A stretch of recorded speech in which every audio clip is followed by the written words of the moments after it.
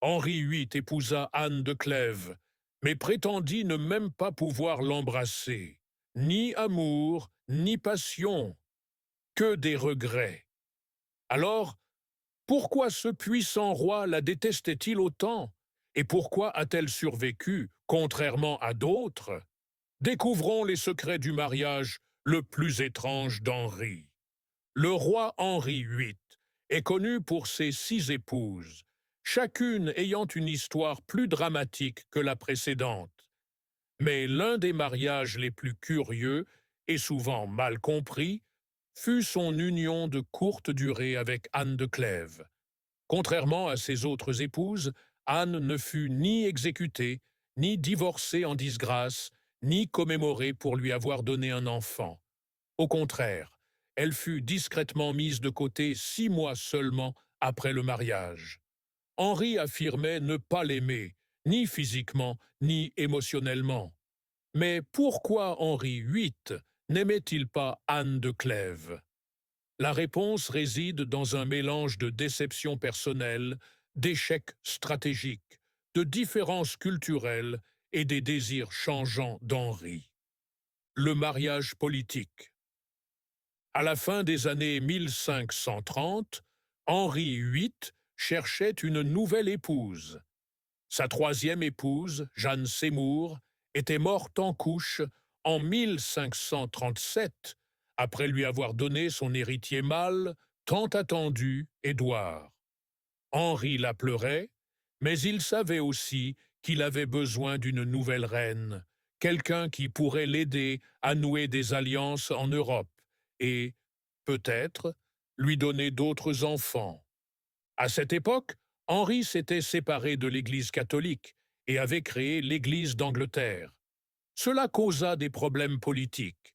De nombreuses puissances catholiques en Europe le considéraient comme un dangereux rebelle. Thomas Cromwell, principal ministre d'Henri, l'encouragea à former une alliance avec les États protestants allemands. L'idée était d'épouser Anne de Clèves, la sœur d'un puissant duc protestant d'Allemagne, afin de renforcer la position de l'Angleterre face aux menaces de la France et de l'Espagne catholique. Ce mariage n'était pas une question d'amour, ni même d'attirance. C'était une manœuvre politique. Mais Henri espérait toujours que sa nouvelle épouse serait belle, charmante et lui plairait. Et c'est là que les choses commencèrent à mal tourner. Le portrait qui trompa le roi. Avant de rencontrer Anne, Henri voulait savoir à quoi elle ressemblait.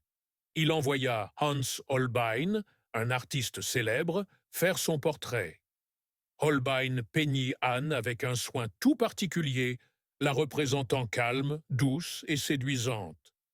Henri, satisfait du portrait, accepta le mariage. Mais lorsqu'Anne arriva en Angleterre fin 1539, Henri fut choqué. Elle ne ressemblait pas à ce qu'il attendait.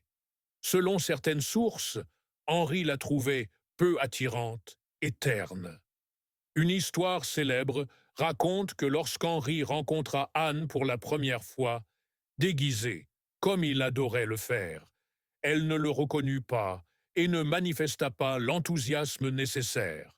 Il serait parti, déçu. Plus tard, Henri se plaignit amèrement qu'Anne ne ressemblait en rien à son portrait.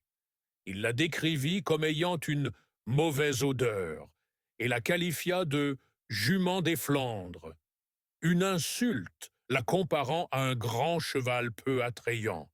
Les historiens pensent aujourd'hui qu'il s'agissait probablement d'une exagération alimentée par sa déception et son embarras.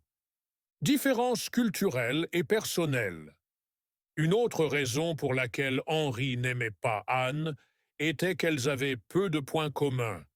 Anne fut élevée dans une cour allemande conservatrice où les jeunes femmes apprenaient à être calmes, obéissantes et peu expressives. Elle ne parlait pas beaucoup anglais, n'avait aucune formation en musique ni en danse, chose qu'Henri adorait, et semblait incertaine quant à la manière de se comporter à la cour anglaise animée. Henri, en revanche, était habitué à des femmes audacieuses et spirituelles qui savaient le charmer. Anne Boleyn et Catherine d'Aragon étaient instruites et politiquement avisées. Même Jeanne Seymour, bien que réservée, savait gérer les humeurs d'Henri. Anne de Clèves semblait maladroite et mal à l'aise. Elle ne correspondait pas à ses critères personnels de grâce, d'élégance ou de charisme. Leurs premiers jours ensemble furent tendus et difficiles.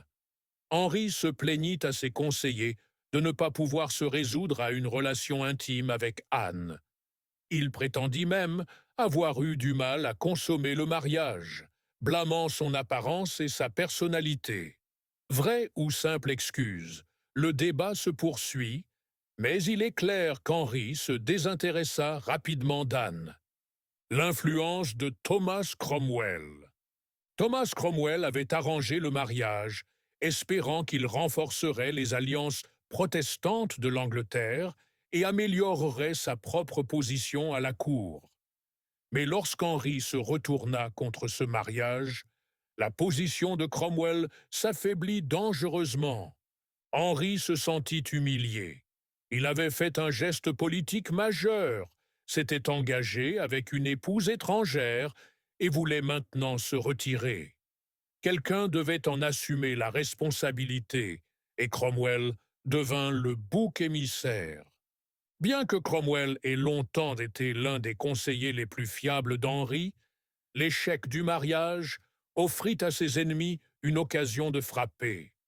Peu après l'annulation de son mariage avec Anne par Henri, Cromwell fut arrêté et exécuté. Henri regretta plus tard de l'avoir tué, mais, sur le moment, il était trop en colère et gêné pour voir plus loin. L'échec du mariage d'Anne de Clèves ne fut pas seulement une déception personnelle, c'était un désastre politique qui coûta la vie à l'un des hommes les plus puissants d'Angleterre.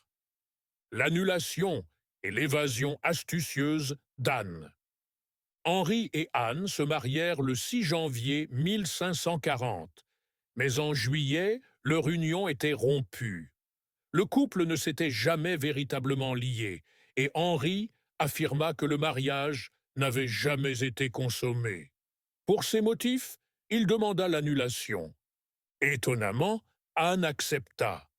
Contrairement à Catherine d'Aragon ou à Anne Boleyn, qui se battirent pour leur position, Anne de Clèves accepta l'annulation sans combattre. Elle écrivit des lettres dans lesquelles elle approuvait les souhaits du roi et le félicita même. Henri la récompensa généreusement. Elle reçut de larges revenus, plusieurs maisons et le titre honorifique de sœur bien-aimée du roi. Elle resta en Angleterre jusqu'à la fin de ses jours, vivant confortablement et évitant le sort funeste de certaines des autres épouses d'Henri. Au final, Anne n'a peut-être pas conquis le cœur d'Henri, mais elle lui a survécu, ainsi qu'à la plupart de ses autres épouses. Sa volonté de coopérer lui a sauvé la vie et lui a valu un respect discret. Anne était-elle vraiment si peu attirante? Les historiens modernes se demandent si Anne était aussi peu attirante qu'Henri le prétendait. D'autres personnes, à la cour, ne semblaient pas du même avis. Certains récits la décrivent comme grande, blonde et gracieuse. L'artiste Hans Holbein avait peint d'autres personnages avec précision.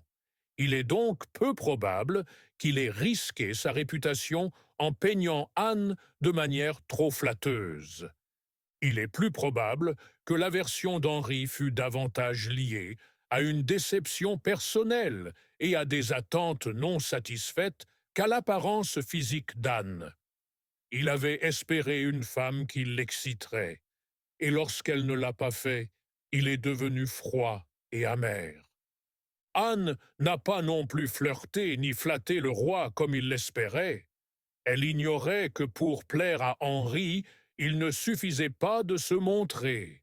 Elle était venue en Angleterre pour être une reine dévouée, et non une compagne romantique. Et ce n'était pas ce que Henri souhaitait. Un mariage de malentendus. Alors pourquoi Henri VIII n'aimait-il pas Anne de Clèves?